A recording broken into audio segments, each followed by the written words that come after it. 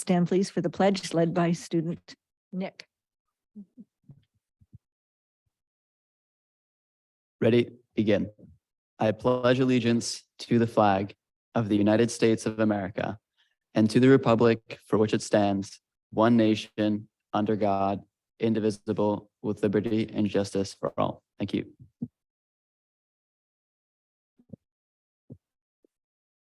There is no report out of closed session this evening, and we'll adopt the agenda next. Are there any changes or additions to the agenda? No changes. I have a motion and a second, please, for the agenda as presented. All those in favor? Aye. Opposed? Carries 5-0. Public comment on non-agenda items. Do we have submissions? No comment cards received. Thank you. We have our next section, section 7 reports, and we begin with our student board members. Okay, so to begin with the elementary schools, El Moro had their 4th and 5th grade PAL students go on a field trip this week to strengthen their leadership skills, and staff is working with their student council to restart sustainability programs with an emphasis on recycling. At Top of the World, they're excited to return from their winter break and look forward to the spring semester, and they had many fun celebrations and activities to end December, including the Kinder Holiday Sing, the 4th grade marketplace, and the 5th grade holiday boutique. And at the holiday boutique, 5th graders sold items raising $4,444 in total to donate. And at their spring after school programs begin next Tuesday, January 17th, where there have been 575 enrollments to support at least 300 different students. At Thurston, all first semester e-bikers attended their e-bike safety academy, which was aimed at teaching e-bike safety strategies and navigation.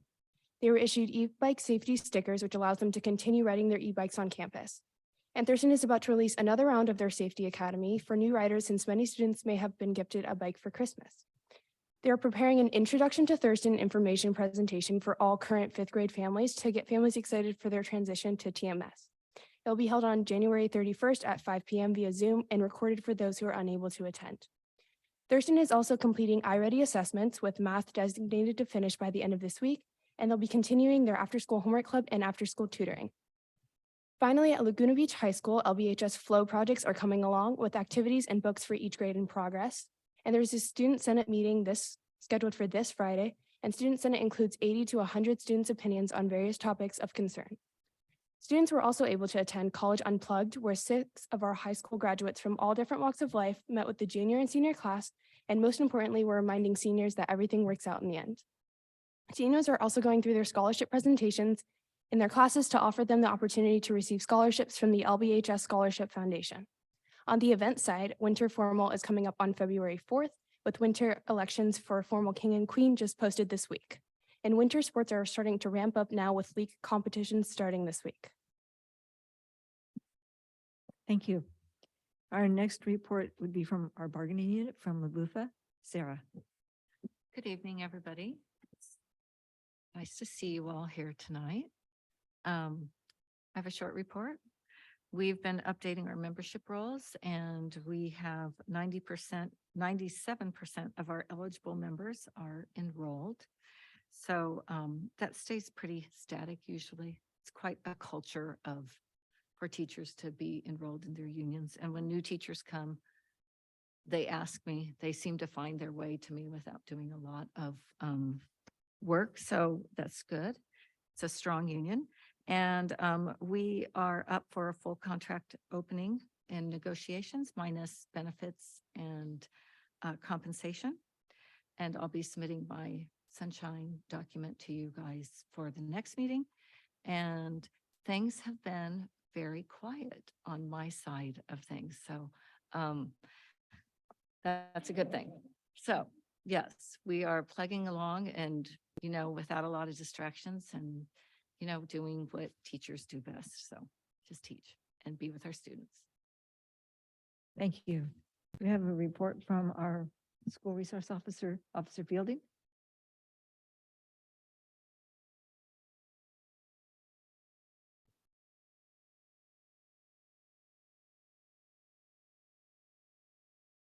Wonderful and restful couple of weeks off. So, with the recent events I just wanted to touch upon something as far as our safety plan. And, obviously my job as an SRO is to build a relationship with the kids and the staff and members of the community, but a huge portion of that is just the overall safety of our campuses. So we've actually been working pretty diligently on reviewing all of the safety plans for each campus and working in conjunction with the district to continually to improve that plan as things change. So something that we're working on for the future is a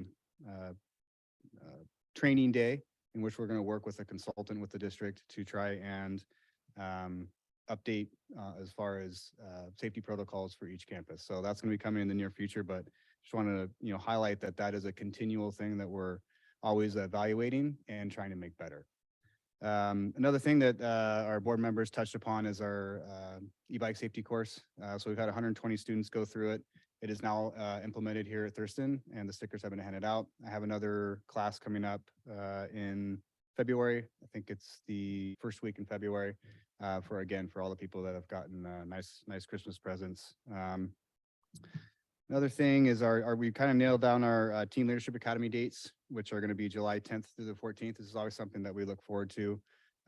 It's a great week with the kids and a part of the lead program for the district at the high school.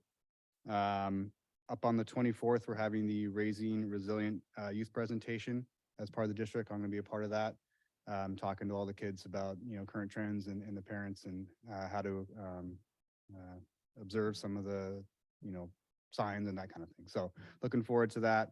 And another thing we're excited about is we're now an affiliate member of Internet Crimes Against Children, which is going to help us in the future have educational opportunities for staff, students, and parents alike. So we're excited about that. It was a long time coming for our department, and it's in conjunction with the FBI. So we're excited about all these things coming up, and excited about finishing the year strong. So appreciate it. Thank you. Thank you. Next, we have superintendent report, please.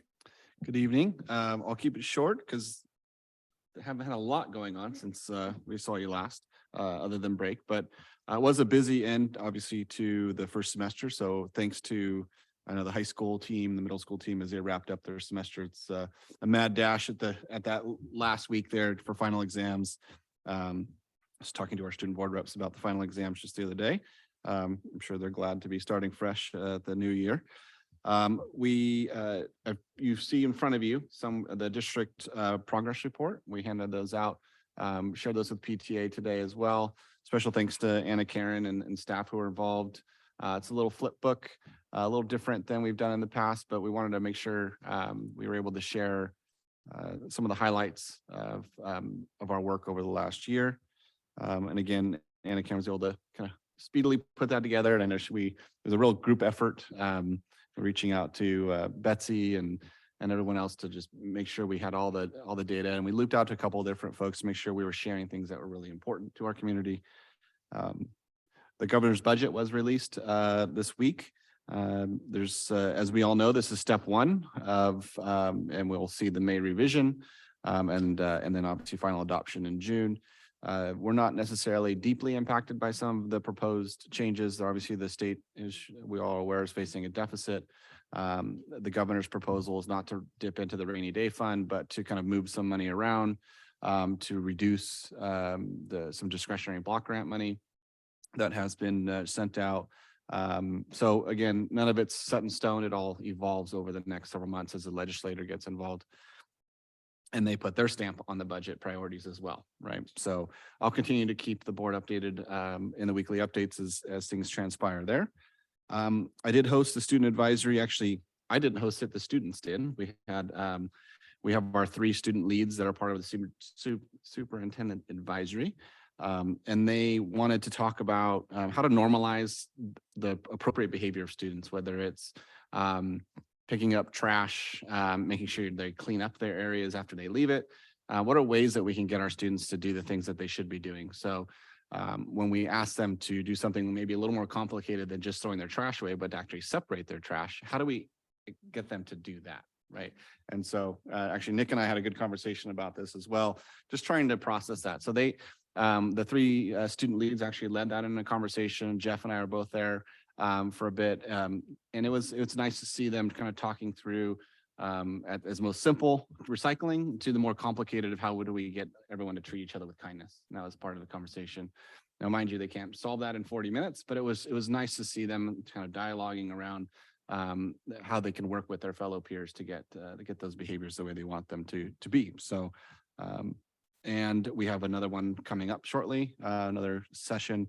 Dr. Keller will be kind of working with the student reps as well. So other than that, a lot going on at the state level, starting now as we see different committee assignments have been doled out. And so expect a lot more legislative conversations in the near future as bills start getting introduced. So that's my report. Thank you. And those students, I'm sure some of the parents would like to know how to get them to do the simple things. So they can share that information with us. Thank you.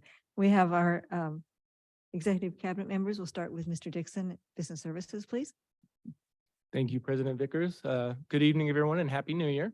Kind of building on what Dr. Valoria was talking about with our students, I do have the privilege tomorrow to work with our high school student senate to talk through sustainability again. And this is something we're going to try and do monthly in addition to our big district-wide task force, because we found that it's really difficult. Our students have such busy schedules. We need to make our time bend around what works for them. So that's what we're going to start. And tomorrow is our first one. So I'm excited for that. Another topic that's come up recently in some of our discussions is regarding nutrition services. There's been a lot of desire to bring back the salad bars at the elementaries. And I'm happy to report, barring any more delays in products or shipments, February, they will be back in full swing at both elementary schools. And at the same time, we're hoping to introduce a new breakfast smoothie. So again, I don't want to jinx it. We are still facing some product delays in both food and materials and equipment. But as of now, February looks like our final delay time. So we're excited and looking forward to the start of 2023. It's weird to say. So thank you. Thank you. Mr. Conlon, Human Resources. Thank you, President Normal, or President Vickers. It's a bit of a slip there. Apologize. So No good evening, problem. President Vickers. You didn't even hear it. It's all good. I didn't say anything. Happy New Year, and hope everyone had a restful holiday break. So just this past Monday, the HR department facilitated the secondary classified PD day at the high school. Special thanks to my team, Jen, Ashley, and Kelly, for coordinating the logistics of the day, along with all the presenters. We had Tim Crilly, Stephanie Gamache, Mike Morrison, Luisa Massa, Yvonne Rodard, Yadira Rojas, Lila Samia, and Lourdes Uraga.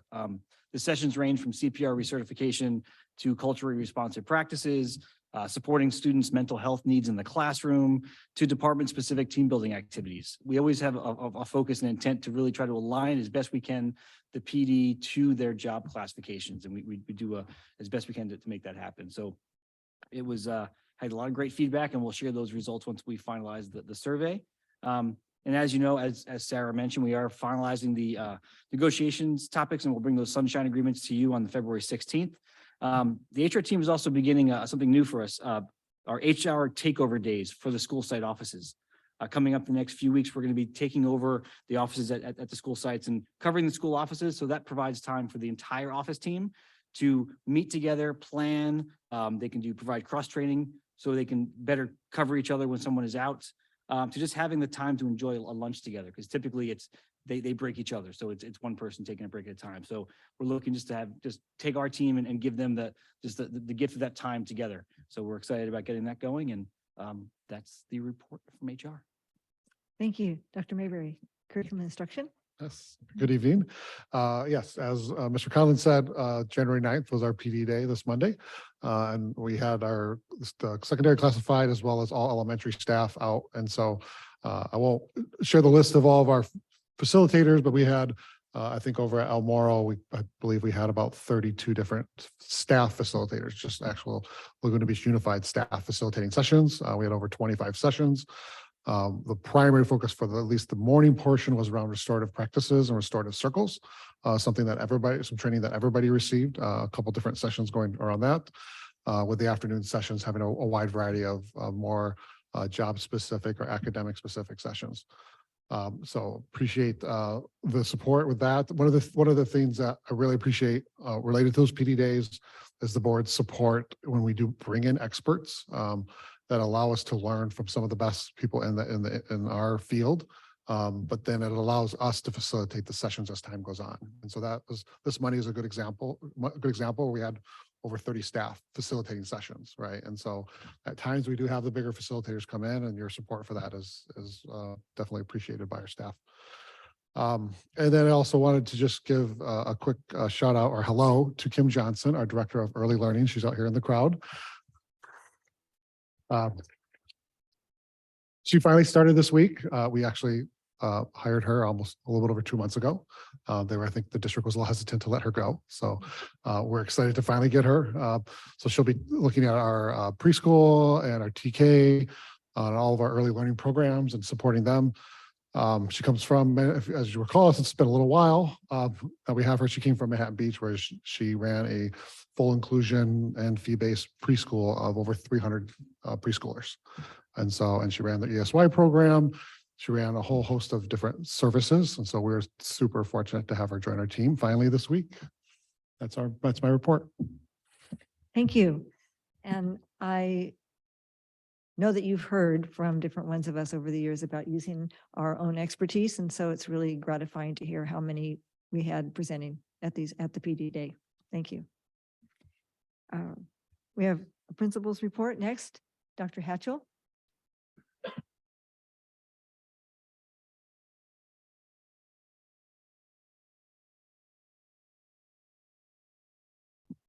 There we go. Okay, good evening. I'm Julie Hatchell, the principal at El Moro Elementary, and it's a pleasure to be here tonight to share about our goals and the current progress of our work this year. The goals that we have at El Moro are aligned to our LCAP goals of the district, with number 1, connecting to college and career readiness.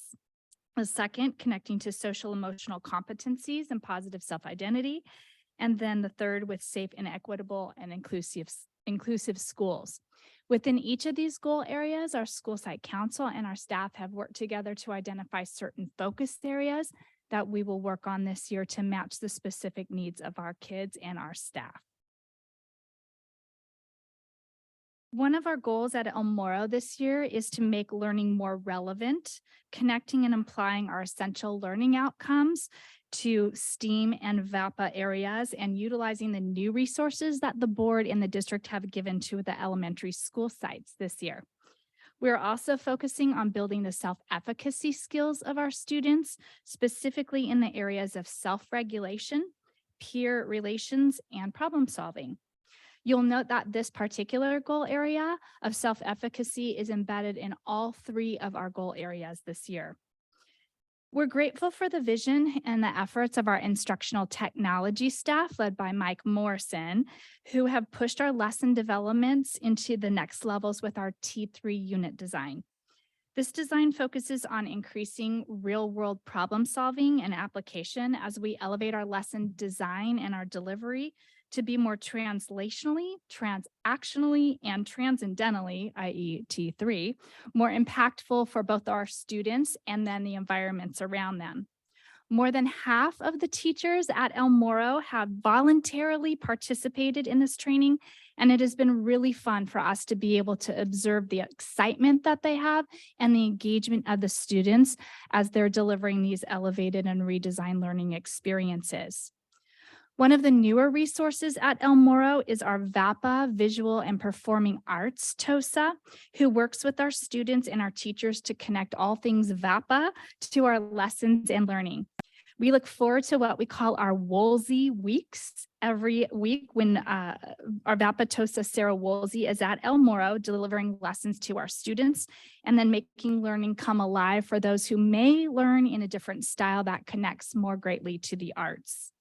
An additional perk of Sarah's position this year has been opening a lab at recess time where students can voluntarily attend and interact with other students doing art projects, as well as talking with Sarah in a safe space. Another exciting connection for our students has been, or for our curriculum to the real world, has been the expansion of our garden lessons that have been sponsored and paid for by our PTA and parent donations.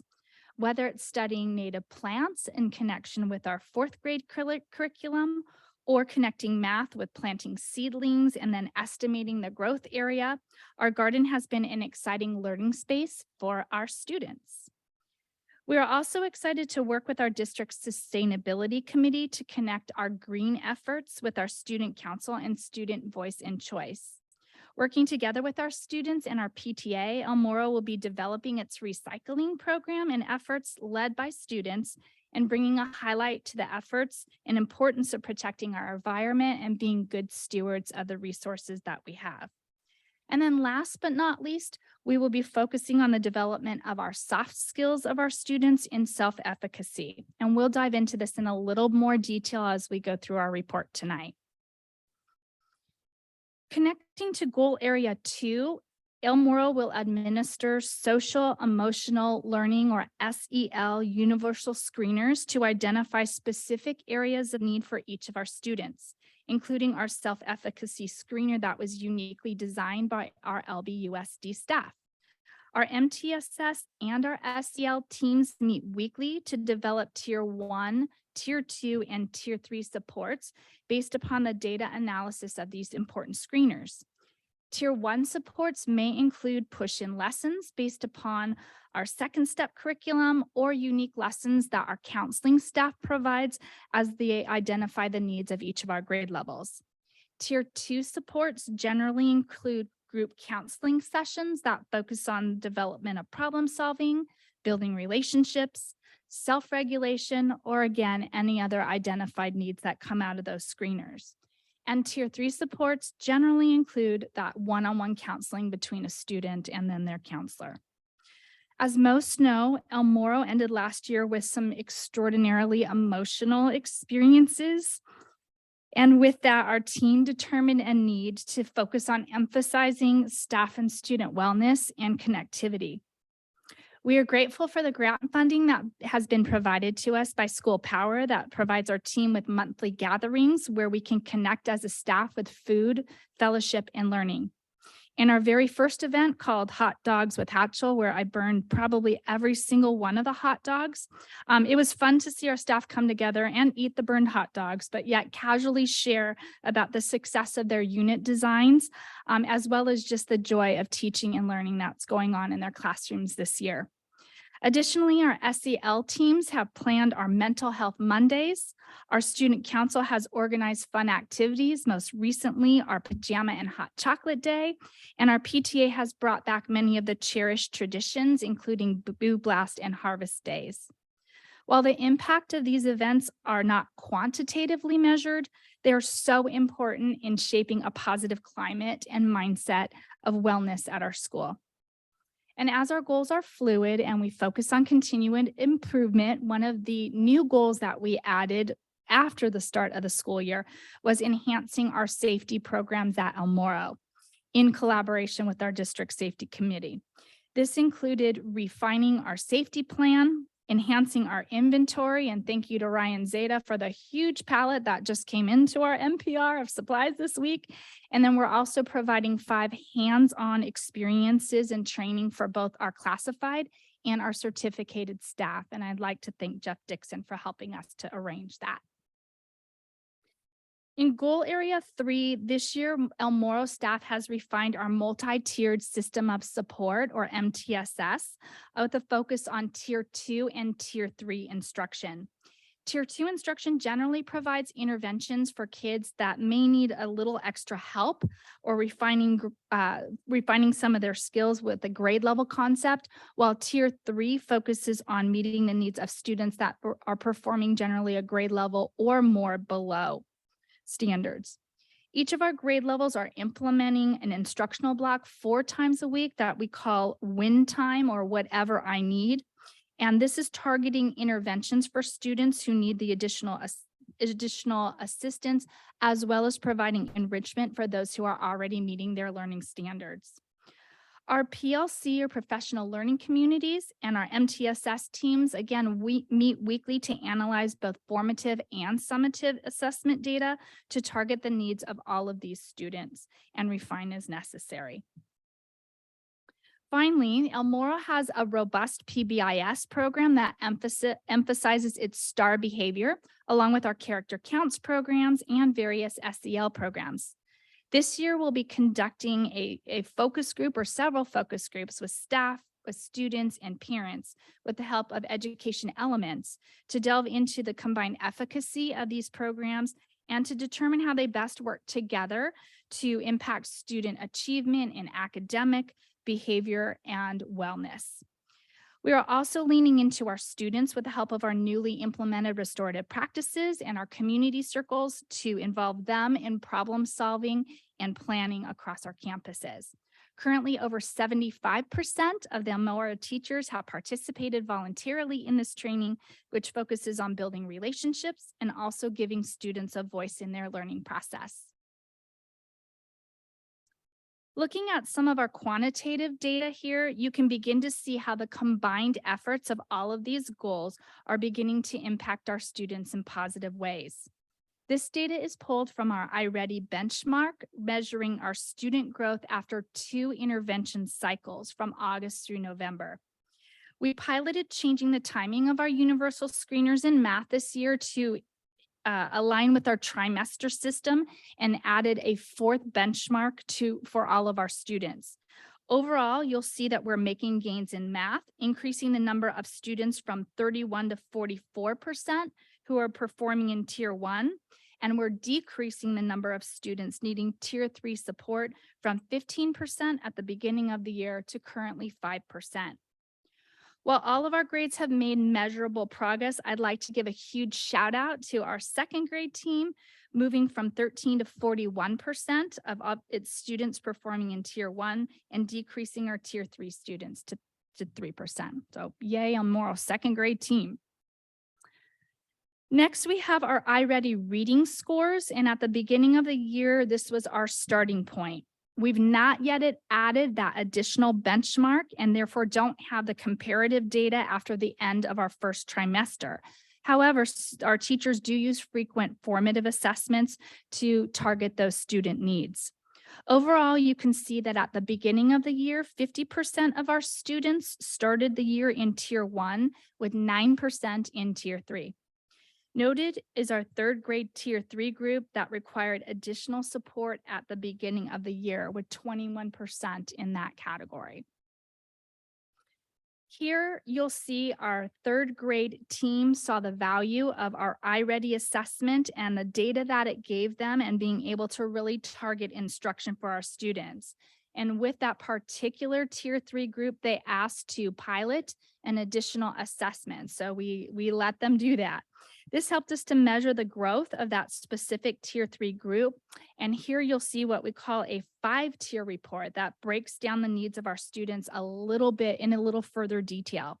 Here you'll see that our team increased the numbers of Tier 1 students from 67% to 76% and decreased the numbers of students needing Tier 3 support from that 21% to the 11%. So already we're seeing some hard work of our staff paying out with student learning outcomes. This slide highlights the results of that self-efficacy screener that we gave at the beginning of the year. It's also aligned with our 3-tiered MTSS system, and data is analyzed by our MTSS and SEL teams to target those specific interventions at each grade level. Based upon overall results on the top line of each tier, you can see that 66% of our students are at the Tier 1 level in self-regulation, 75% are at the Tier 1 level in peer relations, and our relative area for stretch growth would be problem solving with 57% at that Tier 1 level. In addition to having our teachers complete this self-efficacy survey, this year, for the first time, we had our 4th and 5th graders complete their self-assessment, and I have to say they actually rated themselves even harder than their teachers did. As you've seen, our El Moro team has honed in this year on using data to focus on students by name and by need. Here you'll see an example of the work that our teams engage in during their professional learning communities or PLCs every Wednesday afternoon. Each data set, this is an example of just one, is analyzed to determine causes of success and/or areas of need, and next steps are planned to focus on continued improvement for our students.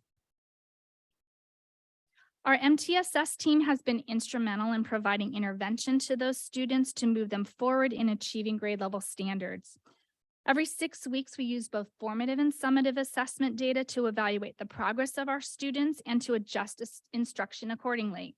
This data shares our Tier 3 support that's been given by our math and reading intervention teachers, as well as our paraprofessional and intervention assistants after the first 2 cycles of intervention. To date, our MTSS team has serviced 30 students in math with our highest concentration in 3rd grade, and we've already exited 12 students. In ELA, we've serviced 38 students with our highest concentration in 3rd grade, and we've exited 11 students. I'd like to thank our incredible teachers and our classified team for their focused and targeted work in helping these students, and I really can't wait to see what their outcomes are going to be at the end of the year. And finally, here is an example of our work with restorative practices. And while we don't have the time to watch this 20-minute video tonight in its entirety, it's here as a reference for your viewing pleasure in the future.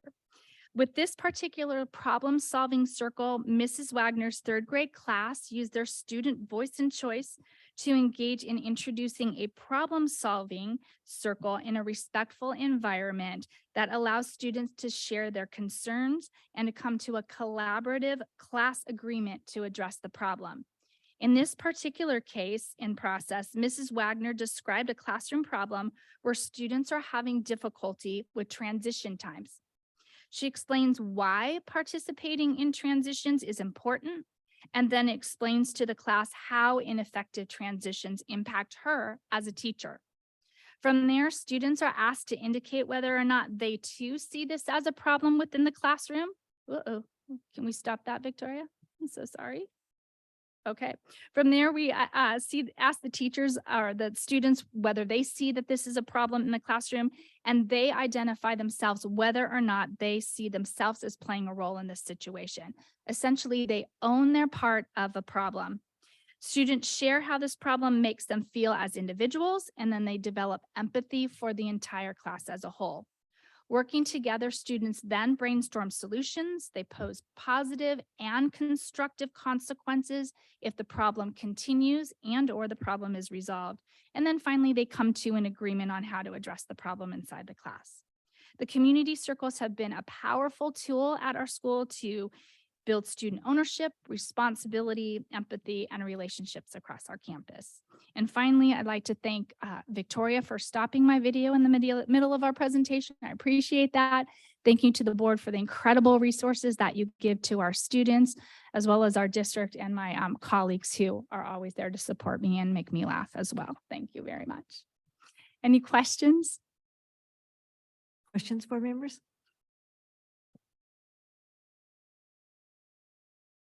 Wonderful presentation, and boy, you've made a lot of progress already this year.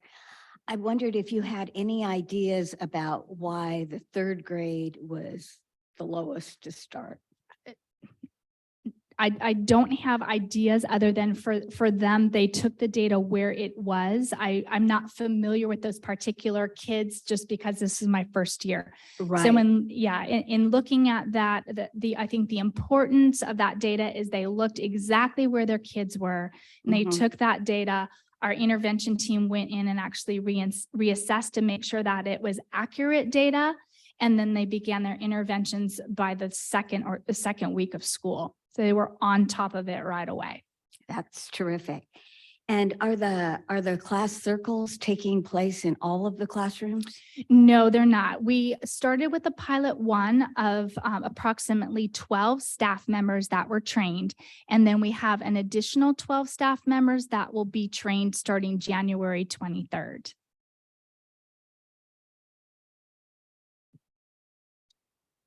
Dr. Hatchell, thanks for your presentation and the great data as always. Are you guys in language arts going to do a second diagnostic Or are you skipping that one? Right now, we piloted we normally do 3 diagnostics throughout the year. This year, we piloted a 4th diagnostic in math to see how it went. Sometimes it can be the data can be overwhelming to do it too many times because it takes a long time to do the iReady assessment within the classroom. So that's why the teachers use formative data, other types of data in order to identify those needs. We did, however, as you saw in that 3rd grade team, because of that tier 3 group, it was so high, they did request to do that additional diagnostic just because they wanted to see that comparative data. So we may adjust that in the future. This year it was just math. We may do something different as we look at the needs next year. So you mentioned, just so I'm understanding correct, 4 iReady assessments instead of the 3. Correct. So back to language arts. Are we still doing the 3 for language arts? We're doing 3 with the exception of 3rd grade who added an additional 1. 4th. Okay. And so will there be mid-year data on language arts? And I guess I'll couch my comment as I think the mid-year is one of the most important parts, right? Because you're with your students for a number of months behind you, another months ahead of you. And so I was just wondering if that is a set of data that's forthcoming, not necessarily for board review, but for your use. Yes, it'll actually be coming in the next couple of weeks. We just haven't finished the assessment for this presentation. Okay, gotcha. And then my second, does any other board member have a question? No. My second question was on the self-efficacy screener. Are we using the same consistent screener year over year in this area? This is the 2nd year that we've used this screener. After our students came back from COVID, we were noticing that there were some high needs in the area of self-efficacy, specifically with these areas of problem solving and then the peer relations and the self-regulation.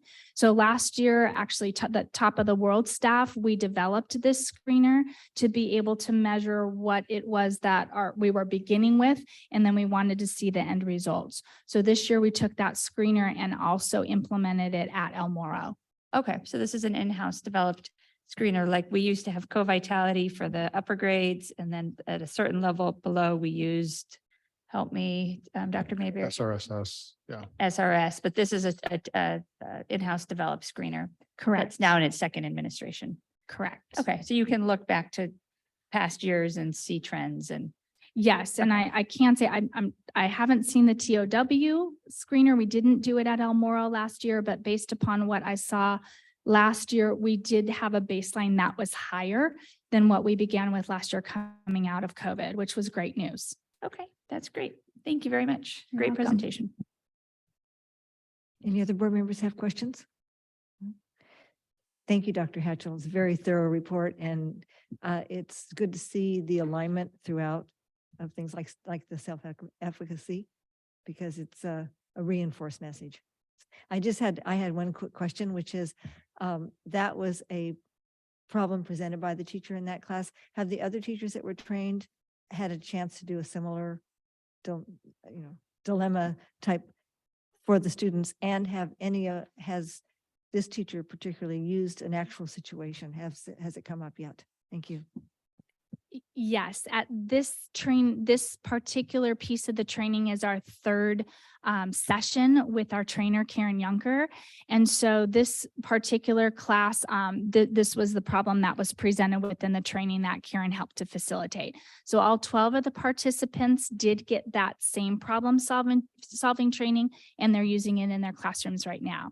So the question was asked, we showed this to our staff on Monday during our restorative practices training on whether or not that circle made an impact in Mrs. Wagner's class. And she said, yes, it has, with a few little minor reminders that then came back to remember what we talked about in the circle and applying the positive and then the constructive consequences out of that. Thank you. It's something that I think has great value, and since we've supported that, it's good to see it implemented like that. And I think it raises student awareness even at that young age. Puts the teacher maybe in a different light. The teacher's impacted by their behavior, and the whole classroom can be. So thank you.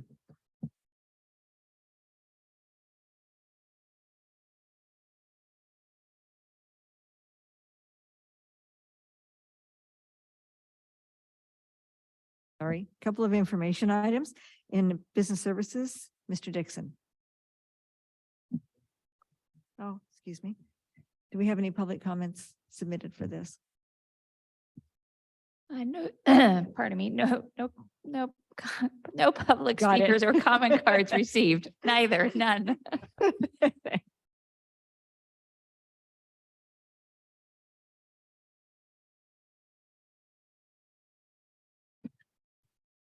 Okay, thank you very much. You'll note the monthly financial report through the end of November.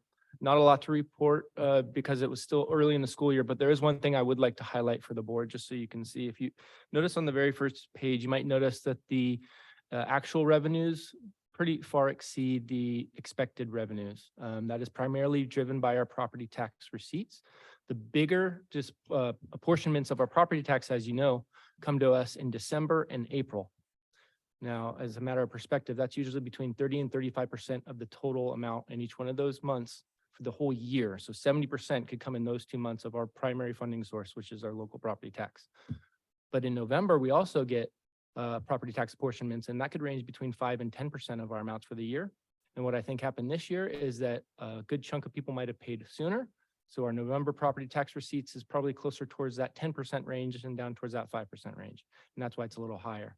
What that may mean is that December may come in a little lower, but altogether we are still right on track with our revenue projections. And I just want to make sure I call that out now, so that when you do see December's, it's not a red flag if you see it fall below our trend line.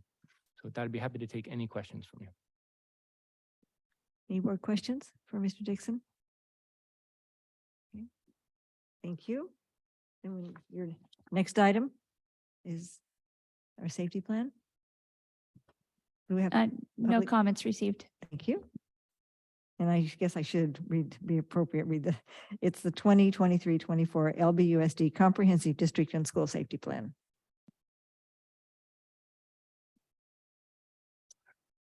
All right. Thank you very much. So I will give a brief presentation on the plan. As you note in the agenda item, we provide the updated comprehensive safety plan that's being proposed by staff for the board to consider as an information item tonight. We'll bring it back later next month for approval. Also included as attached in the item is the old section that we're replacing, and it's the communication section, so that the board can reference side by side so you can see what the exact changes are. There were so many changes, it didn't make sense to actually redline the existing section. And actually, we just recommended replacing it in its entirety due to the robustness that you're going to see. So with that, I will begin. The reason that we do the safety plan, well, it's required by law. However, our district has taken great efforts to make meaningful changes to our safety plan. And you can see we have an entire task force dedicated district staff from all of our school sites and departments that work on this every year. But it is required by law, but we take it seriously and we want to make sure it's accurate. And we hope you see that reflected in the draft before you tonight. The plan is updated annually based on our recommendations with the district-wide safety committee. It's brought to the board, as you know, first as an information item that we're doing tonight in January, and then brought back again in February as an action item for approval. It also is important to note the reason this timeline is in place is it has to be submitted to the County Office of Education prior to March 1st every year. So that's why we follow the same timeline every year, and you can expect it to be that way for the foreseeable future. Typically, the safety committee chooses one section to focus on for the annual update, and that's mostly due just to the sheer size of the plan. We want to really make meaningful edits. We try to focus in on a single section or two, which we've been doing in the past few years. So when we bring the plan to the board in January, we highlight these changes, and that's what we've done tonight for you. Recent examples of other changes we've done that aren't in for tonight are adding a reunification section, an infection prevention section, as well as updating a lot of the templates and checklists that you see that our school sites are able to use. And then, of course, all of the legal updates and references as our board policies changes or laws change, those have to be updated in the plan. And I would just like to call out Victoria Weber. Thank you so much. She does, we'll just take probably all of that work for us. Thank you.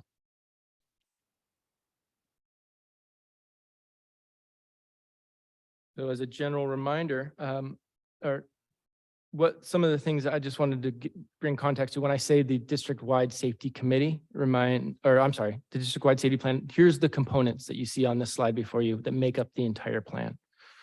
So when we're choosing those single components each year, Each one of those also has subsections. So there's more specificity within each one of those major components of the plan, and you'll see that as you go through our draft. And then as a last reminder, when we say our safety committee, want to talk about just remind the board who's all on that committee, and it's a wide range of stakeholders from the district. Classified certificated personnel from every site. We have department representatives, as well as our local law enforcement. I don't see them here, and our city emergency manager and the Laguna Beach Fire Department is also on our safety committee. And it's very well attended every time. Mr. Zeta does a fantastic job getting those schedules built prior to the start of every school year, puts them on our calendars so that it's booked and held so that when we can get those times set in, everyone has already made that commitment well in advance, so it's hard to get around. And you can see the subcommittee this year, every year when we have our safety committee, a subcommittee is volunteers from our district-wide safety committee to work on the edits that they provide that we take in from our safety committee meetings. You can see the members up there. We had Ryan Zeta, myself, Victoria, Dr. Keller, and more recently, Anna Karen, who had joined us and was crucial with our update for this year. And I believe I might have skipped, I apologize. The most important slide here, what's changed, okay, is we completely changed our communication section to be more robust, more user-friendly, not just for ourselves and our staff so that they can update our site-specific safety plans with more intent, but also so as parents and community members, you can read this communication section and know what the expectations are during the emergencies and events, what types of communication, how the information will be flown out to you. In addition, we hear frequently, and a lot more in the news recently as well, about cybersecurity. So Mike Morris and his team has always held cybersecurity as a top priority for us. And recently created these cybersecurity standards that we're adding to the comprehensive safety plan in the appendices section, so that we can see that it is part of when we talk safety, we're looking at everything. And we always say that, but now we're trying to put that in paper as well. I apologize for skipping that slide. And last, I will just say that the work is a lot, and it does. And I would like to thank the safety committee, all of their work, of course, Ryan and Victoria for their charge. Our principals are instrumental in getting the attendance and getting the members to join us on our committee. It really starts with our principals helping us get the word out to the school sites, and then at the committee members who come and join and help push out the message that we learn at the safety meetings themselves. Of course, I also have to thank Dr. Valoria and the board. Thank you for prioritizing safety. It means a lot to us, and we take this planning seriously, and we look forward to any feedback we receive between now and next meeting that we can address prior to approving the update to the plan. So, thank you. If I could just add to, we have during the safety committee meetings, we have them in person, but we also have we allow people to sign in virtually for those who can't make it, which keeps our attendance up. Most people are in person, but for those who can't make it, they sign in virtually. Thank you. Thank you, Mr. Dixon. Now, board members have questions at this point? Sure, go ahead. This is a very comprehensive plan. I think it's awesome. And I hope even if we lose whatever it is, 79 students and go under the 2,500, we'll still have a safety plan. I noticed if you have less than 2,500, you don't need one. Well, we already have one, and there's no reason to not No have one reason to because we not spent a use lot of it. time No, developing it. So I'm yes. kidding you. No, I think it's great. Good catch. I had a question, just thinking back to classroom days. It talks about if there's somebody on campus that, may have a gun or something, and locking the students in the classroom, locking yourself in the classroom and barricading the doors. Do you practice that? What do you barricade the doors with? And it is not something we currently practice. It is something that's part of videos and trainings that is part in our safety plan. You can see the steps are to lock the doors right away, shut off cell phones, and barricade with what you can. Right. And I saw But the it's not barricade something that part, we're and I wondered practicing what actively we with the drill. barricaded with, is it A lot of flexible furniture. like desks? Anything that in our school resource officers and our emergency management safety partners will work with us on this training when we do our tabletop exercises, but it has to be a fluid response. And so when you think of barricading, it's just a grab whatever you can to barricade and put whatever between you and that shooter is. And it's going to depend on what your room is like at the time. Mhm, So. mhm. Yeah. Well, I can see the students liking to practice that. Yeah, I don't think we would like to practice that very much. Thank you, Jeff. Jeff, I had just feedback to share over the last year since we looked at the safety plan.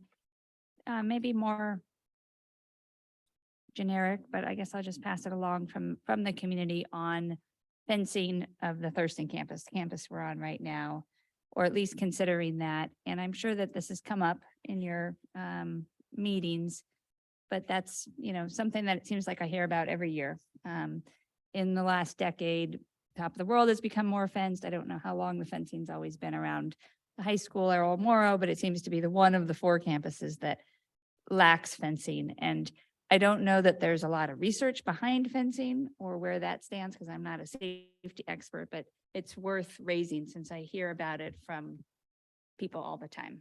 So I just want to pass that along. If it's not fencing, at least keeping the fire lanes clear of students and cars and those types of interactions that go down along the backside here and along the gym side there. Those seem to be flexible spaces that sometimes include cars, staff parking, students, thankfully not e-bikes, but how we look at that. And I looked through the table of contents and I don't see that part there, right? So I'm not sure that it shows up in here, but it's definitely a safety thing, a day-to-day safety thing. So that's my comment. Appreciate that feedback. And that is something we've looked at as part of our facilities assessment and not part of this. So, Okay. but yes. Okay, great. Thank you. The right one. Can I just ask what they mean by concerns about fencing at Thurston? Yeah, great question. So, I guess making more of a closed campus, making, sometimes there's easy ways to imagine where a fence would go and sometimes there's not. But, closing it off, meaning that unless you come through one gate, like maybe would be the case at El Moro, for example, maybe you go through one gate or one office, those types of concerns. And if I could jump in, we work with the Orange County Intelligent Assessment Center to identify these types of risks and assessments of our school sites. And again, it's not part of this safety plan per se, but in our assessments, it doesn't always have to be fencing. It's just funneling people to a point of known entry is really the primary goal, and that's what we look for.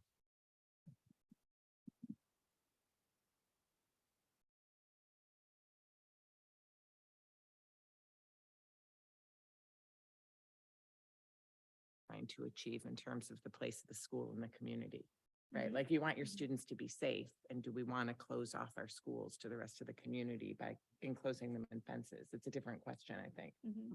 I don't have an answer, but that's my immediate kind of visceral. Yeah, trade-off. Yes.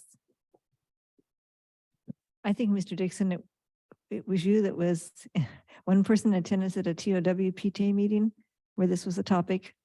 And there were wide differences of opinion, reflecting what you're saying, Joan, as far as community access and just the feeling of having open schools. So it's, we did not do that at Top of the World because there was, definite feelings of being able to access the campus. Yeah, I mean, what I would add to that, and this isn't really the place to have the discussion, but I raised 4 older kids in New York City where you couldn't just walk into the school without going through, some sort of security, but you did feel very welcome in the school. The schools in the middle of urban neighborhoods are very much a part of the community.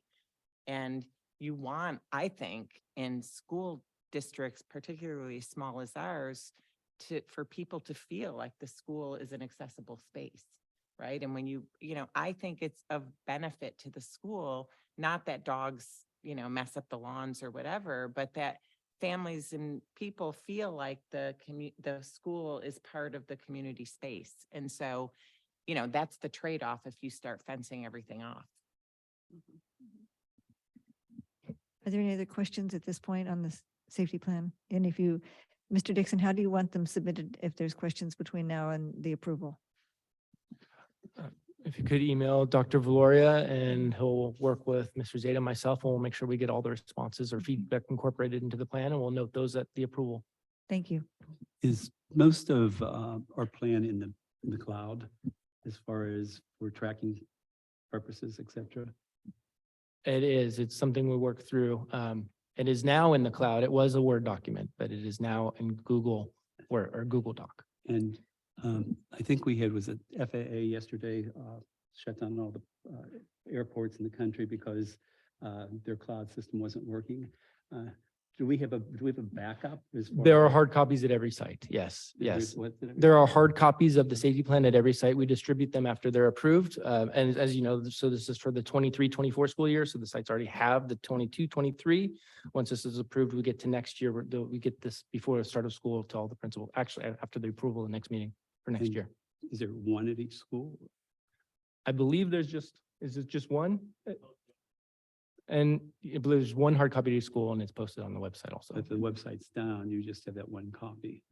But it just, it's not a grab and go. Oh, right? yeah. So I think that's the key, the difference. The safety plan is not intended for someone to grab something off the shelf. That material is, the staff have that accessible. This is more the broad plan, right? This is not this one that in an instance where there's a fire and if the internet's down or whatever, they're not going to the cloud to figure out, okay, what do we do in this situation of a fire, right? So, yeah, so that's not something. And I think FAA is one thing. Google is a completely different animal, and that's who we're hosted by on our cloud. So it would take a lot for us to not have access to Google, which is where our drive is. I won't say never, because you and I both know, but we do have the hard copies, but it really, I think the grab and go part around the immediacy of something that this is not intended to be like on a binder in a classroom for teachers just to go, okay, so what do we do today in this instance? That's where the training comes in. And that's what we've been continuing to push around this topic is specific to, and again, thank you to the board for your work around this as well and support, because we bring in the experts that can help us through these processes as well. Tabletop drills. That's where you really start to figure out what works and what doesn't work, because every site is unique. We have some sites that have different entrances and exits, and how do we funnel, different age groups of students in and out. So we have to think all those things through. And so to remember Perry's question around, like, do we practice, barricading? We don't practice the art of barricading, but we practice the thought around barricading. Like, what would you, as a teacher, after you have the training, go back to your room and take a look at your room and what would you do? What do you have the options to do to help in a situation to barricade your room, and where would you put students? And so that they can start thinking about that. So it's not something that in an instance they have to think, to process. They're processing it ahead of time. And so, doing our drills, and we've been, kudos to our principals, Jeff and the team, trying to make sure that we have regular drills multiple times a year so that, again, it's not just a one and done. I think when I was a kid, I just remember the fire drill was one time a year. You lined up, you walked out, and you got in trouble if you messed with the kid in front of you or the kid behind you. You got to the field and then you turn around and went right back, right? That gone to those days, and we have a lot more conversation, age appropriate conversations with our students. That I think, at the high school level, they're having deeper conversations around this topic than you might have in a first grade classroom, right? So, but I do try to get to the school sites. I've been able to see a couple of the sites as they do their evacuation drills. And the students take it seriously. They recognize that it's an important thing for us to be working on as well. So, so thank you again to the board for your effort around this. And thanks to our associations for also seeing the value and importance of this work as well. They've been really supportive. And we have a few things we're working on as well around training opportunities, additional training opportunities for, Stop the Bleed kits, those sorts of things that we had planned to do prior to COVID that we had to shut down, that we're kind of bringing back out again. Because constant training and reinforcing around these topics is what really matters the most. So that, as Jeff points out, when it does happen, people have thought about it and have to make the best choice at the time, right? We can go through a lot of what if scenarios, and everyone loves to talk about, like, what if this, what if that? But we don't know. We don't know where the fire might come from. I mean, that's our predominant issue here in Laguna Beach. We don't know a lot of things. So we can't do what if scenarios. We just need to train staff on what to do in an instance to use their best judgment. What does that look like, right? So, they brought up some great questions. I know at El Moro when they were talking about their evacuation, like, do we walk them down to the beach? But what if it's high tide? There's no beach to walk them down to right there. Like, so they had to think on the fly because you can't just say, oh, we're walking them down there and then they get down there and there's nowhere for them to go. Right. So they thought, well, then we'd have to potentially put them, on PCA. So there's so many things that they have to process. So that's the value of doing the tabletop is, you might not know if it's high tide. You're taking a chance if you go down there at that time. So there's the things you have to process. So again, having this as a regular item that we do every year is sometimes I know people can like, oh, we're doing that again, but yes, you have to constantly train and update. So that's why this plan is so important to us as a school district. That's why we would, even if we have less than 2,500, we'll keep this as the forefront because of the value of it. So. That's a good point, Dr. Valoria, and I think you reinforced that, Mr. Dixon. It's very important to this community, school safety, because we have some very unique environments around our schools. And like just thinking what you said about El Moro, that's a fairly good walk for young ones to get down through the state park to the tunnel to go underneath. And it's often flooded in there. So but we did a lot of work, as you have mentioned before, with the fire issues and after Laguna's Head fires, how fast the fire could come up from the canyon, which is threatens top of the world, and Thurston particularly, and not so much the high school. So the uniqueness, I think, is critical. And what's important is that what you said, that it's the familiarity with what you do. And then, because you just can't know, but it's very important work. And I know all of us are very appreciative of it. And thank you, Victoria, for all that you do and to help them.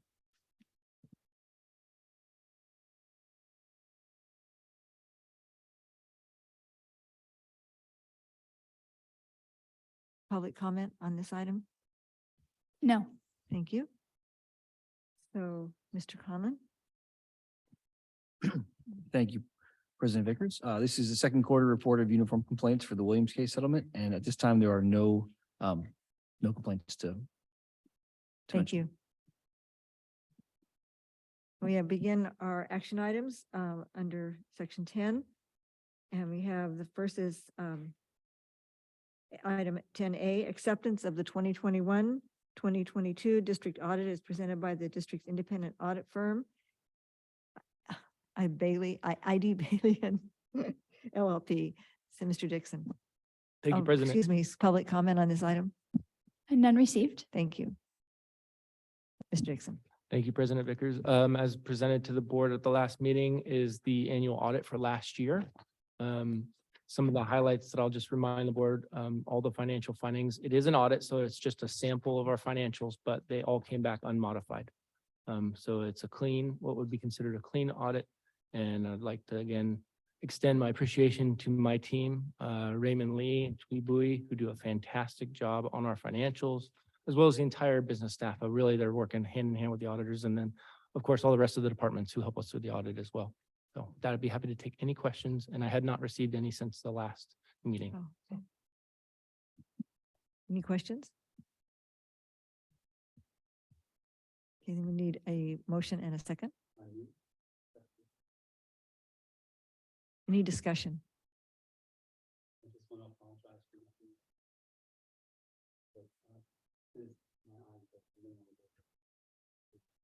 Through page by page. And I was also able that the copy that I was given did not match the copy that was in the book. But Jeff was kind enough to straighten it out for me as far as what was moved someplace else. So just want you to know, I did really read it through and through. And it's an excellent audit as far as audits go. Yes, it is. I just want to make a comment that even though you kind of couched it in the terms of what type of audit it is, it's still intensive, and they're here a lot of days, and they really do examine a lot of things. So it's, it is an important document, and we get good reports. So thank you. Did you want to do student? Student provisional vote, Nick. Thank you. All in favor? Aye. Opposed? Carries 5-0. Thank you. Second, 10B, approval of a memorandum of understanding with Orange County Social Services to identify students to be directly certified using county software. Mr. Dixon. Yes, thank you. So, oh, sorry. No comments received. Oh, sorry, thanks. Good reminder.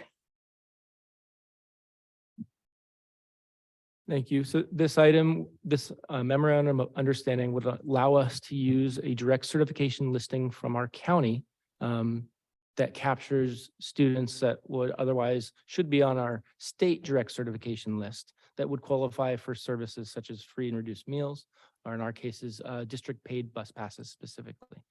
The direct certification list from the state, we found may not always capture all of the students or families that qualify for services. And in our research and work up to this point, we've learned in conversations with other districts that use the county software in conjunction with the state software, it provides a more robust outreach to capture all of those families that would qualify for services so that we make sure we can link them up with the appropriate resources that they would be eligible for from our district. Thank you. Board questions?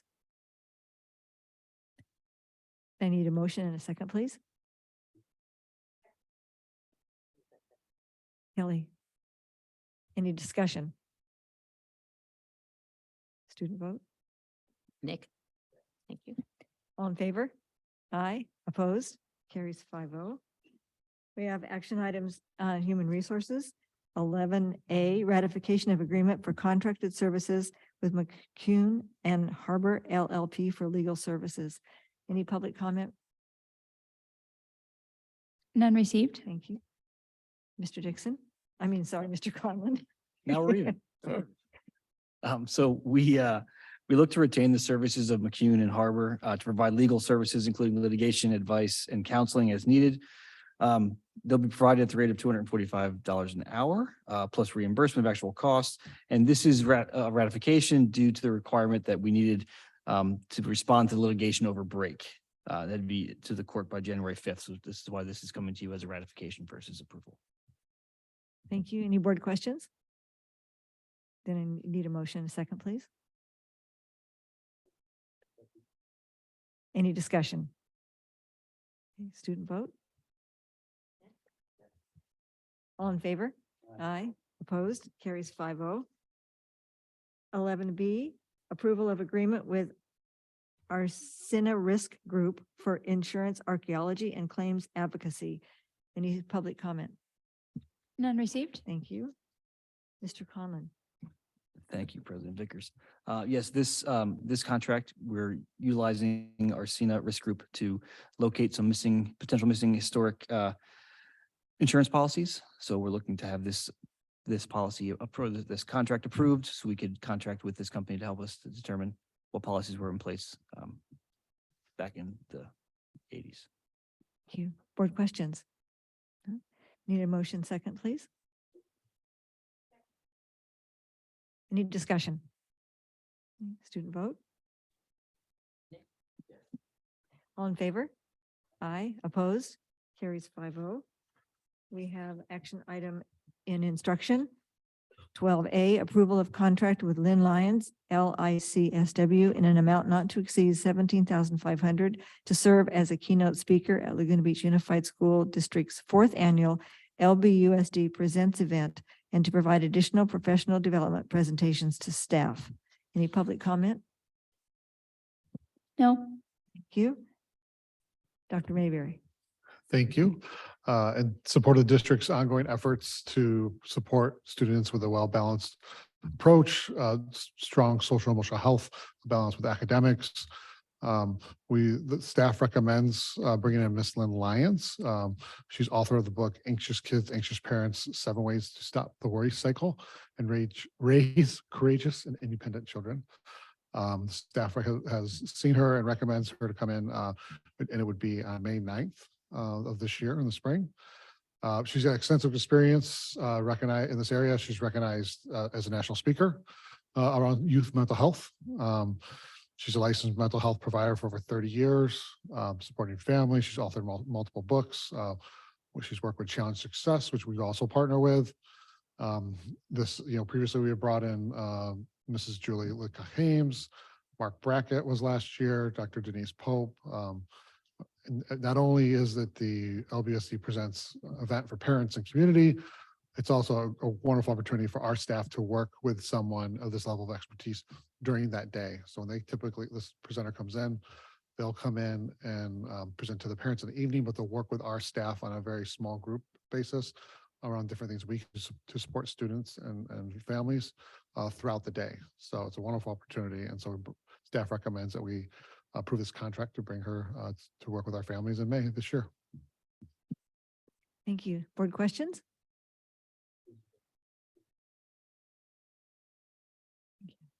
Any questions? No? A motion and second, please. Any discussion? It's a great series. Student vote? Nick? All in favor? Aye. Opposed? Carries 5-0. Action items, section 13, superintendent. A, approval of the November 17th, 2022 board meeting minutes. Any comment, public comment? No. So who's? Okay, so a little confusing. We couldn't vote on these last time because Member Perry was absent. Because Member Perry has to vote on them because she was present. Right. James Vickers and Member Osborne. Member Kelly, you were not present at that meeting, nor was Member Malczewski, so she can't vote yes. So the two of you will need to abstain. And so I'll need a motion for approval from one of the three. So, second. So we have student vote, do student votes on the Student vote, student yeah. vote? They were here. All of those of us who can vote in favor? Aye. Opposed? Carries 3-0-2. Correct. Okay. And 13B, approval of the December 15th, 2022 board meeting minutes. Comment. Public comment, public comment. Is there any public comment? No, I see no public comment. This one's a little simpler. So Member Perry was absent, so she'll abstain and it'll be 4 of you. So In a motion, a second, please. Okay. Student vote? All in favor? Aye. Opposed? It was 1. Thank you. So it carries 4-0-1 or 4-1-0? 4-0-1, okay. The abstention's the same as all right. So section 14, consent calendar. Public comment on the consent calendar? Oh, sure.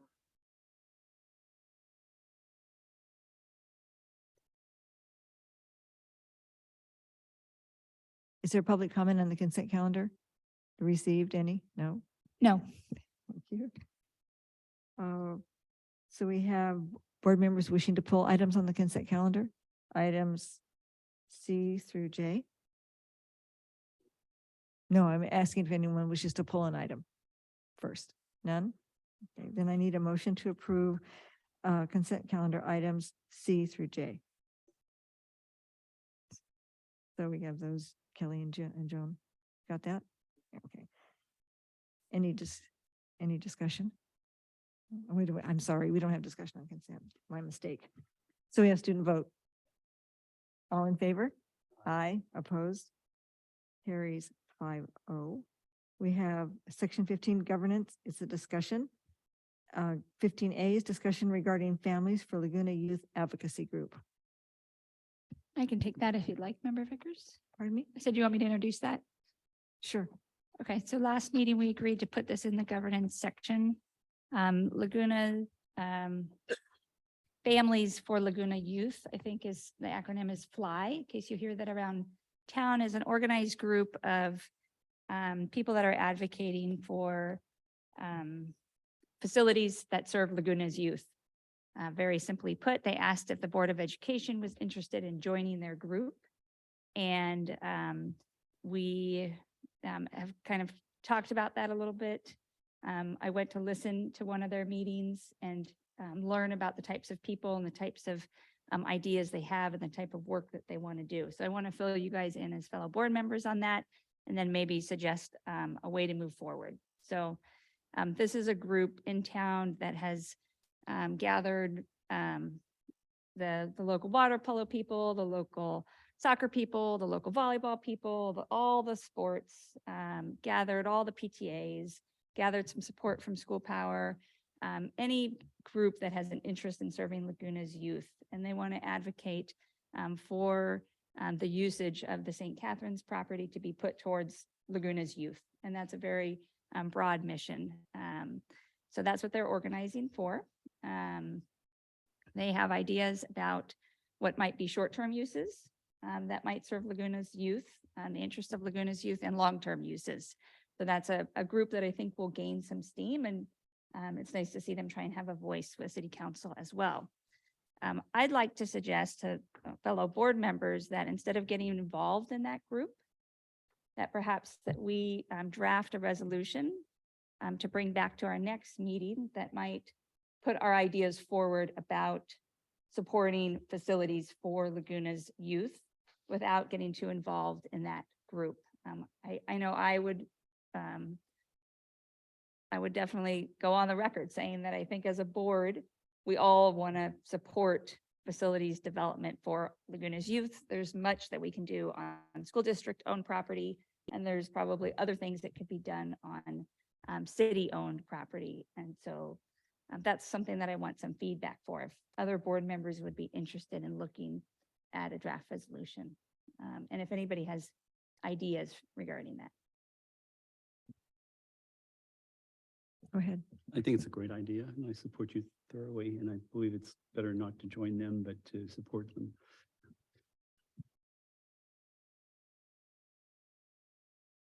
I really like the idea too, and I did go listen a little bit about it. And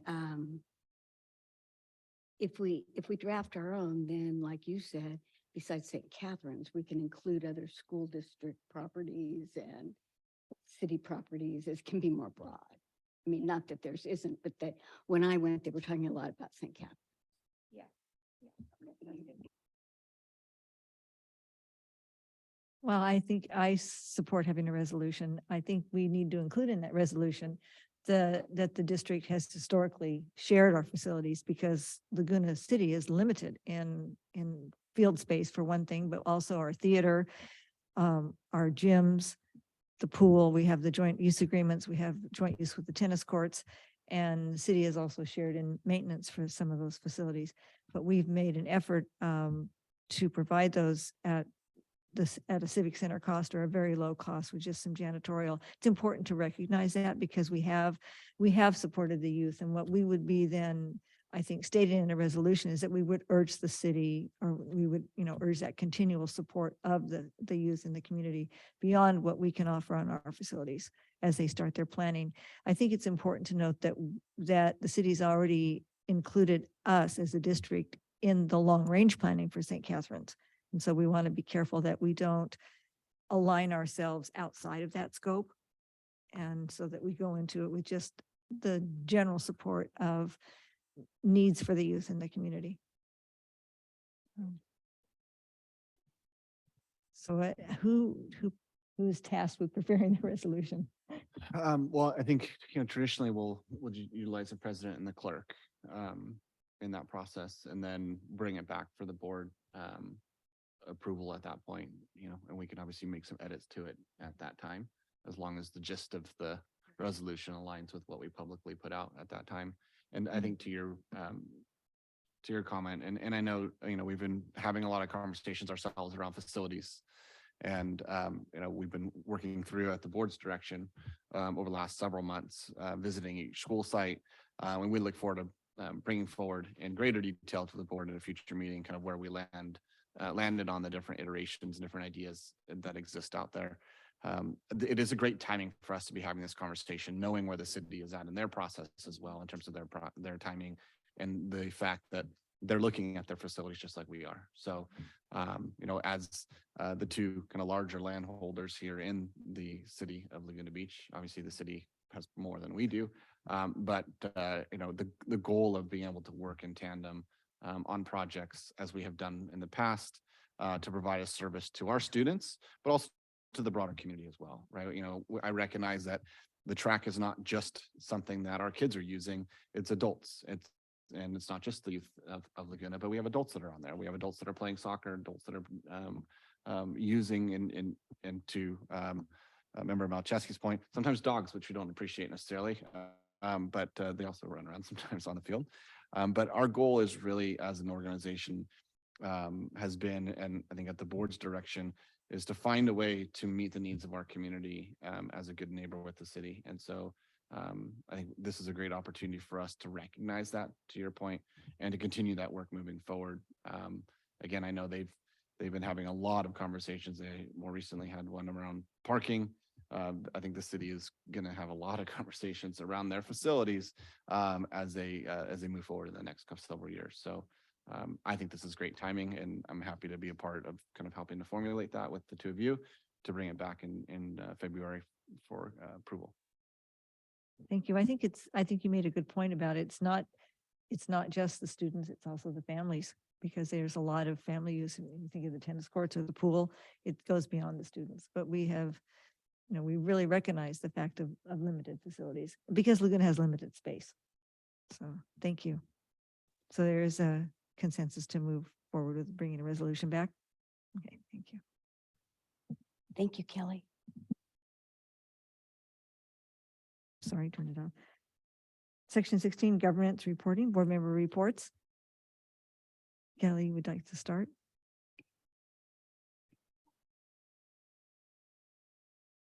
Was asked by a city council member if we would have an interest in looking at a little more collaboratively at safe routes to school. And there could be maybe some potential funding for this. And it was brought under the umbrella of a concept I wanted everybody to be aware of called Vision Zero. And Vision Zero is basically a strategy to eliminate all traffic fatalities and severe injuries. So I thought about this in the context of kids walking to school, riding to school, driving to school, and maybe congestion. So that was just kind of putting that out there as something to be aware of. Kelly, what was that first? What did you call it first? Safe routes to school. Safe routes to school. Safe routes to Okay. school, yeah. And there could be some potential, I don't know if it's federal, state, or regional, like county level funding for developing those, but there could be an interest from the city. Maybe it's something we bring up in April at our joint city meeting to kind of work on those. And I'd love to see congestion as part of those. Today, when I drove up from the district office, the traffic was backed up to the middle of Park. And I don't know that people outside of those picking up their kids at Thurston or the high school or trying to go between the schools realize how that kind of the schools are just shutting down that artery of traffic. And there's like a gridlock for 10 minutes, 20 minutes, 30 minutes every day. And so anyhow, this city council member had no idea. Maybe they don't travel up that route. And I'm thinking, we've got a crossing guard for the farmer's market, like directing traffic, right? Because the farmer's market ties up traffic on Saturday morning, but yet every day at 3 o'clock, we tie up traffic. So just Yeah. the whole way. Yeah. So, things like this, just trying to find ways where we could work together. These aren't simple solutions, and they're definitely not things we haven't looked at before. City Council has been very proactive when we suggested maybe looking at bike lanes on Park Avenue because of the increased bike ridership. So just continuing those strategies, but maybe under this Vision Zero umbrella. So something to be aware of. Dr. Valori already mentioned President Vickers and I continuing our work on the facilities subcommittee. We met right before the holiday break to discuss some of the planning there. And we have a couple more meetings on that coming up this next 2 weeks. And yeah, I think I'll leave it at those two. I have no report. Thank you. I have just a couple more questions or ideas for future agenda to talk about with my fellow board members. And you may have seen some of this also. We all hear a lot about transparency and trust for school districts. And especially since the pandemic, a lot of school districts have lost public trust. I was looking at what people do about it. I mean, you talk about it, but what do you do? And one district I read about made a calendar for all the standing committee meetings, inviting the public to attend. Now, I know according to the law, the public is allowed to attend, but at this point, they don't know when they are or where they are. And they may never want to come anyway, but it was a way of opening it up to parents and the public. So our committees, such as our safety committee, our facilities committee, all of our, our budget committees, then we would make it so it's not like we're hiding anything. Everybody does a really good job and is very thoughtful about decisions are made, and the public could come and see that. So I don't know how you guys feel about that. I'm trying to figure out a way to regain public trust. And they seem to think this worked well. I'd have a question first about clarifying for us again, the different types of committees. And there are certain committees that have agendas posted and there are other committees that don't. So maybe that could be provided information to us as a starting point. I think if a quorum or 3 board members are going to be at a meeting, I think maybe then it's supposed to be posted. But if they're not in a decision-making, if they're not making a decision, if they're just going in as an observer, it doesn't need to be. But I looked can at, provide updates on the weekly about It's a little more complicated than that. I know Okay. over various years, we've had discussions and clarifications on exactly what those mean and when a superintendent establishes a committee and a standing committee versus what's the other? Ad hoc committee, Advisory. so ad hoc. So but it says that the standing committees are the ones that give advice on budget, audits, contracts, those kinds of things. I'm not sure. And then our board committee's bylaw also says that we may actively seek input and participation by parents, guardians, staff, community, and students, and may consult with other local public boards and agencies. So I guess my question is, are we interested in exploring this a little bit more as an agenda item?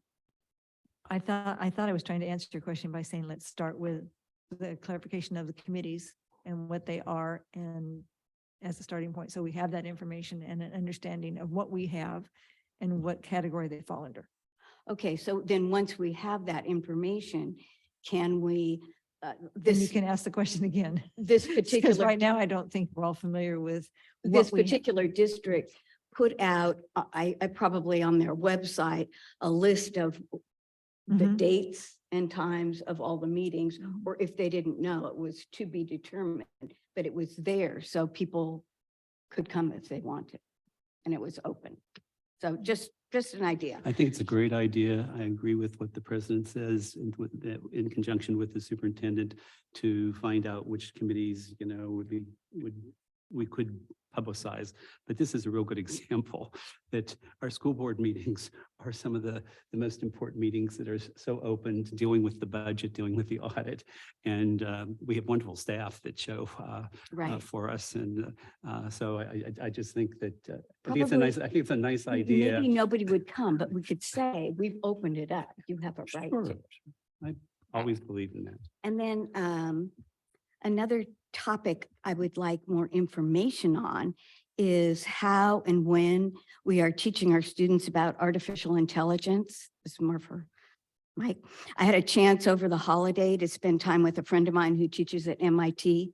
And she's in charge of a lot of AI grants for different large districts and has done a lot of research on how old students should be when you start talking about AI and how it should be taught. And so she was asking me what we do, and I couldn't really answer her. So I would just like more information on how and how we do that. I actually just want to add to that my entire break with all of my children and my husband was about feeding essay prompts into ChatGPT. And the reason I think that's relevant here is that at UCI, we were advised that we should talk to students about how to use that and the meaning of using it in academic work. And also before we give questions and prompts, feed them into ChatGPT to see what comes out, because it's really useful to understand how the questions that we're asking might be answered by ChatGPT, so that we can understand that that's a vehicle. So that's separate from what you, I think, are saying about AI, but because you brought it up, I would say that this is this really, pretty incredible phenomenon. And I hope that we're working with the teachers and students to understand what that means for both academic integrity and kind of where learning is going. I actually had someone say to me, why are we teaching students history anymore? We don't need to, because they can just put in any question about history and get it. And I was like, because we need democracy. I'm not even going to go there. So anyway, I think that given your point in what's recently come out in the paper, there's a great New York Times article about 10 essays that came out of you had to decide whether it came from ChatGPT or a 4th grade student, but they had all different versions. It was a fantastic article, often hard to figure out, because you can prompt it and say, write this in the style of a 4th grader with errors. And so, once you read it and you get used to these prompts, it actually becomes quite clear what ChatGPT's limitations are. But I would encourage the district and the teachers and the students to understand, I'll just second that. That's funny. There was a cartoon I saw recently about, there was a journalist saying that they had something they'd written, it was large and they had to reduce it down for this other publication, spent all this hours doing it, and then said they just could have put it into this and made the request of write this, and it would have happened in minutes. So when I hear both of you raise that question, it makes me think almost connected with cybersecurity, because students at, I think, probably pretty young ages need to know about where their information is going, who can access it. I mean, it's not, in a sense, too young to learn how to protect themselves and or their families. And so it's a very. So we can definitely put some information in the update and then go from there. That works for the board. For that, thank you. It reminds me of the day that I was observing the kindergarten kids and they were making robots. And I thought, this is all beyond my capability. And so I'm just amazed. I don't even know what you're talking about, Joan. But I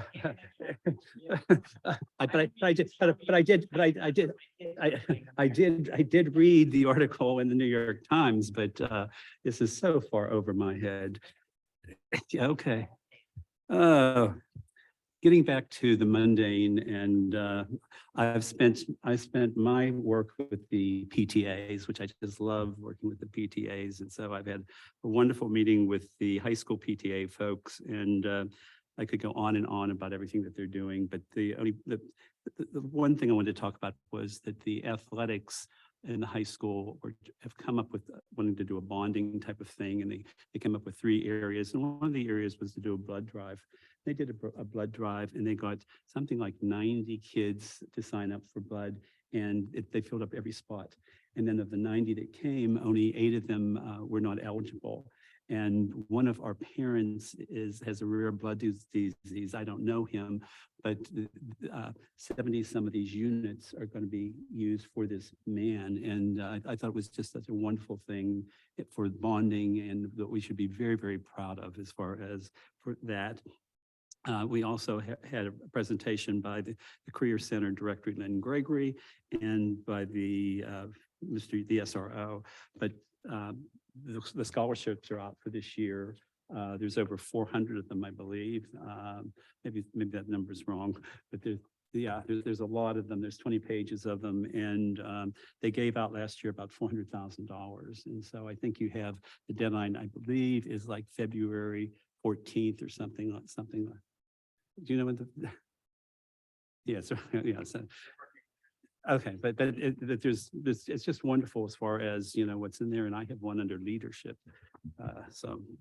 And then today I went to the combined group of PTA, the council, which I find to be fun because it's all of the different schools and all the different PTAs, and just a delightful group of hardworking people who had me so exhausted by the time they read all of the different things that they're doing, that it's just overwhelming. And they're such a great support for the teachers and the schools. And so I just can't tell you how much I enjoy being part of these two groups. Although the sad thing is they think that I'm Dr. Keller.